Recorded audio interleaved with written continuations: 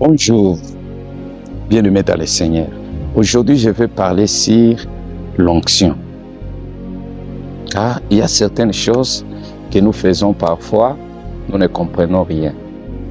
L'onction que nous cherchons fonctionne d'une manière différente. L'onction, lorsque l'onction descend sur nous, elle affecte d'abord nos vies physiques, elle affecte la vie spirituelle.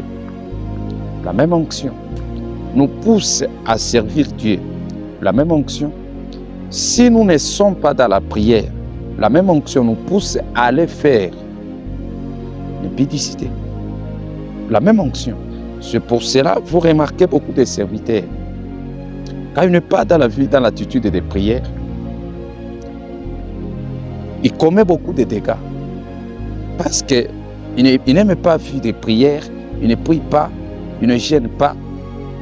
Lorsque vous restez dans le jeûne, dans le moment, beaucoup de temps d'intimité avec Dieu, et Dieu va vous protéger, Dieu va vous protéger, Dieu va vous garder.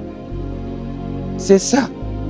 Lorsque la chair réclame de faire des choses qui puissent satisfaire à la chair, cela veut dire que vous êtes devenus désobéissants.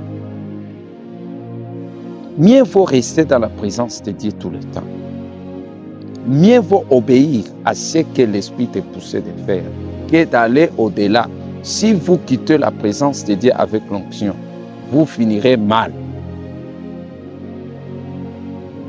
Que Dieu vous bénisse. C'est un petit conseil que j'ai analysé.